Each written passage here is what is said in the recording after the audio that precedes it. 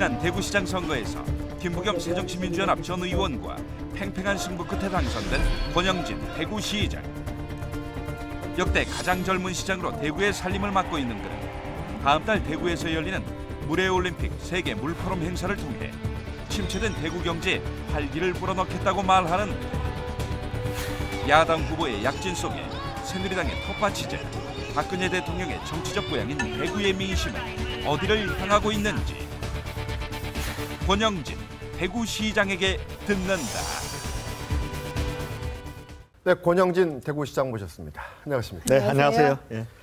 대구 지역 지금 민심 어떻습니까? 박근혜 대통령을 향한 민심 어떻습니까? 예, 대구 시민들 이 솔직한 속을 들여다보면은 좀 네. 속상하다. 또 안타깝다. 아마 대구가 아시겠지만 박근혜 대통령을 키운 곳이고 그렇죠. 그리고 지난 대통령 선거에서는 80% 투표율에 80% 지지율로 당선시키 그만큼 박근혜 대통령이 잘하기를 기대하고 있는 곳이고 아직 그 기대는 저버리지 않고 있다고 봅니다. 다만 이제 요즘 이제 인사 문제라든지 뭐 여러 가지 문제 때문에 대통령이 인기가 떨어지고 국민적 지지가 이게 낮다 보니까 대구 시민들은 안타깝고 속상한 거죠. 근데 대구 지역 지지율도 좀 떨어졌다가 요즘 조금 네. 반등을 하긴 하는 것 같던데. 네, 그렇습니다. 예.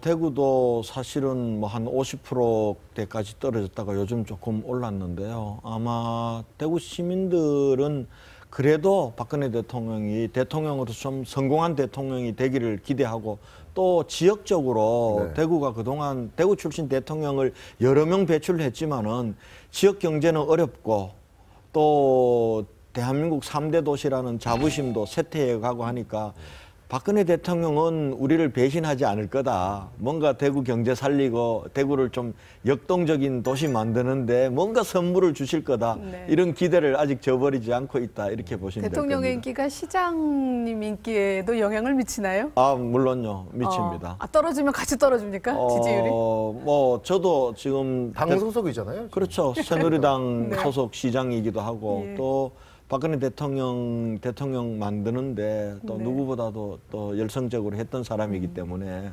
저도 대구 시민들하고 똑같은 바람이에요. 아, 대구 경제가 지금 상당히 안 좋나요? 예, 어렵죠. 지금 대구가 한때는 대한민국 산업화를 이끌었던 중심 도시였고 또 대구의 섬유 산업이 그렇죠. 대한민국 대구 구미 뭐 이렇게. 그렇죠. 산업화를 끌어왔다고 보면 되는데 사실은 산업화에서 지식 경제로 넘어가면서 대구가 조금은 새로운 길을 좀 못 찾은 경향이 있고 또 다른 한편으로는 지금 너무나 수도권이 집중되면서 지방 도시들이 굉장히 위축이 되고 어렵게 돼 있습니다. 그래서 대구만 해도 전체적으로 또 대구 인구 250만에 비해서 생산 기반 시설이 약해서 1인당 GRDP가 사실은 전국에서 제일 낮습니다.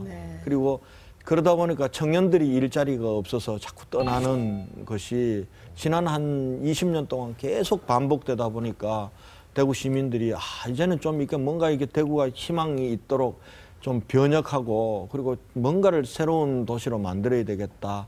이런 좀 열의와 기대가 차 있습니다. 참 호남은 차별받는다고 그러고 대구는 또 역차별받는다고 그러고 전부 차별받는다고 그러니 참 대통령도 힘들 것 같아요. 지금은 아마 호남, 영남의 문제가 아닌 것 같아요. 네. 사실은 수도권과 지방의 문제가 심각합니다, 지금.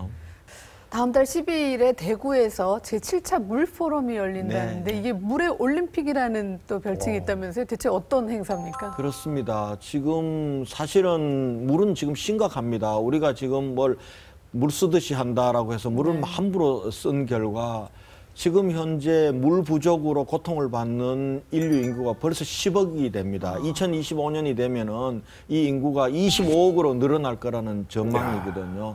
그런 면에서 이제는 물의 위기를 극복해야 되겠다라는 세계 시민 정신들이 만들어낸 것이 3년마다 한 번씩 열리는 세계 물 포럼입니다.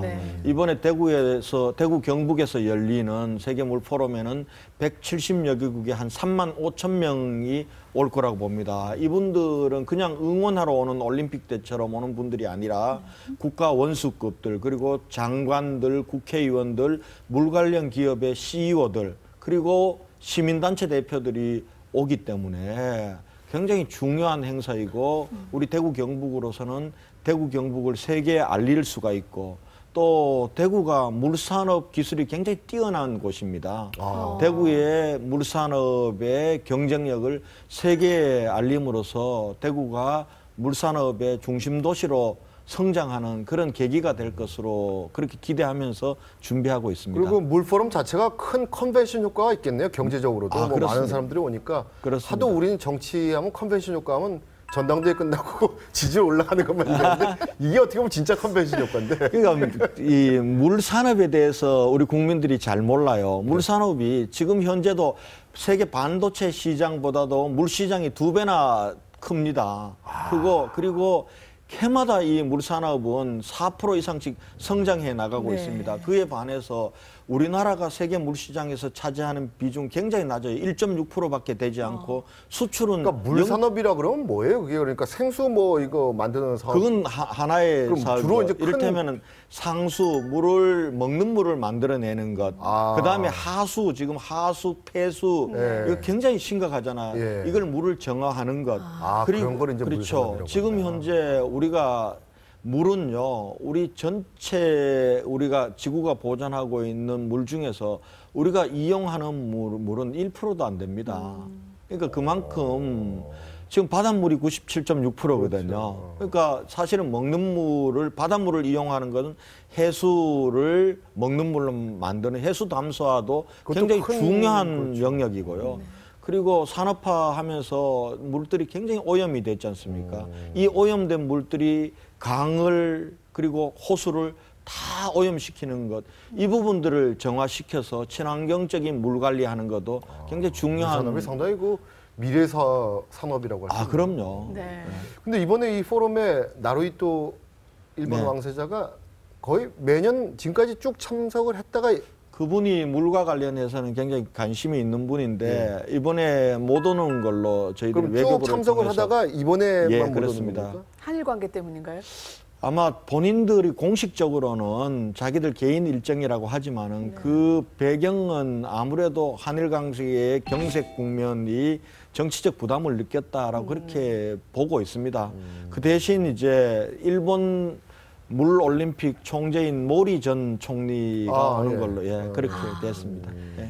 자녀를 둔 학부모 입장에서는 이 물포럼이 굉장히 또 좋은 아이들에게 교육 현장이 될 수 있다는 생각도 드는데 그 행사 기간 중에 그런 학생들이 부모와 함께 와서 볼 수 있는 그런 뭐 체험 현장 같은 게 좀 있나요? 그렇습니다. 지금 세계적인 물 관련 기업들의 물 기술들을 우리 대구 엑스코에서 전시를 합니다. 지금 900개 부스를 만들어서 판매를 했는데요. 1월 달에 동이 났습니다.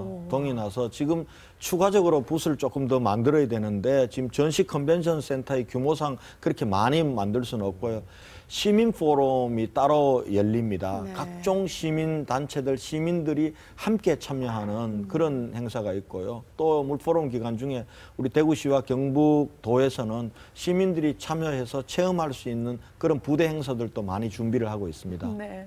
김부겸 뭐 대구시장 이전에 이제 국회의원이셨으니까 네. 전 국회의원 아닙니까? 네, 같이 활동했죠. 18대에서는. 네. 김부겸 의원은 어떻게 내년 총선에서 깃발을 꽂을 수 있을까요? 조금 아직 힘들까요?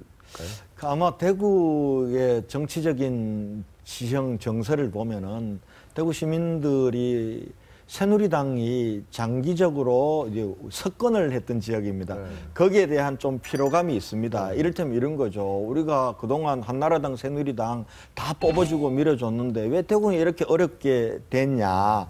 이런 거에 대한 그런 시민 정서가 있고요. 그리고 또 한편으로는 또 김부겸 의원께서 야당이지만 또 합리적이고 이런 거에 대한 개인적인 기대도 있다고 봅니다. 그래서 지금 상당 부분 김부겸 의원이 지지를 얻고 있는 게 사실입니다. 내년에 이제 선거 문제는 대한민국 정치는 한치 앞을 내다보기 어렵더라고요. 네. 제가 보니까 내년에 어떻게 정당 간의 전체적인 분위기가 어떨지 그리고 새누리당에 누가 공천해서 뭐 그렇죠. 나올지 그것도 뭐 대항마가 이런 부분들이 아마 전반적으로 내년 선거 결과에는 또 다른 영향을 미칠 거다 이렇게 보고 있습니다. 그럼 이제 와서 하는 얘기 여쭤보는 건데 지난해 선거 때 승리는 권 시장께서 했는데 스포트라이트는 김부겸 전 의원이 받았단 말이죠. 섭섭하지 않으셨어요? 그렇지 않아요. 저는 지난 지방선거 때 김부겸 후보가 있어서 아마 대구 시민들은 선거다운 선거를 한번 해봤다 생각할 겁니다. 아마 뻔한 결과가 아니라 스스로 저를 지지한 분들도 김부겸 후보를 지지한 분들도 투표장에 나갈 의미를 담고 갔기 때문에 저는 대구 시민들이 민주주의를 제대로 한번 맛볼 수 있는 기회를 제공하는 좋은 경쟁자였다. 저는 이렇게 생각하고 있습니다. 네. 역대 가장 젊은 시장이시라는데 장점이 많습니까? 단점이 많습니까? 저는 장점으로 살려나가려고 합니다. 대구가 사실은 그동안 대한민국 정치 경제의 중심이었고 우리 민족사 속에서 정말 우리 민족과 국가가 시대적 소명이 필요할 때 대구 경북민들은 자기 몸을 던졌습니다. 독립운동 가장 많이 했던 곳이 대구 경북이고요. 또 6.25 전쟁 때는 낙동강 방아선을 쳐서 정말 몸 바쳐서 자유대한민국을 지켰고 산업화 근대화 시기에는 새마을운동의 발상지가 우리 대구 경북에 이런 자부심이 있는 지역인데 요즘 사실은 역동성이 떨어졌습니다. 그리고 상당히 쇠퇴하고 있습니다. 이런 도시를 다시 한번 역동적인 도시로 만드는 저는 그것이 대한민국을 위한 길이다 이렇게 보고 있습니다. 네. 알겠습니다. 오늘 말씀 잘 들었습니다. 네, 감사합니다. 네. 네, 시사 토크판 오늘은 여기까지입니다. 안녕히 계십시오.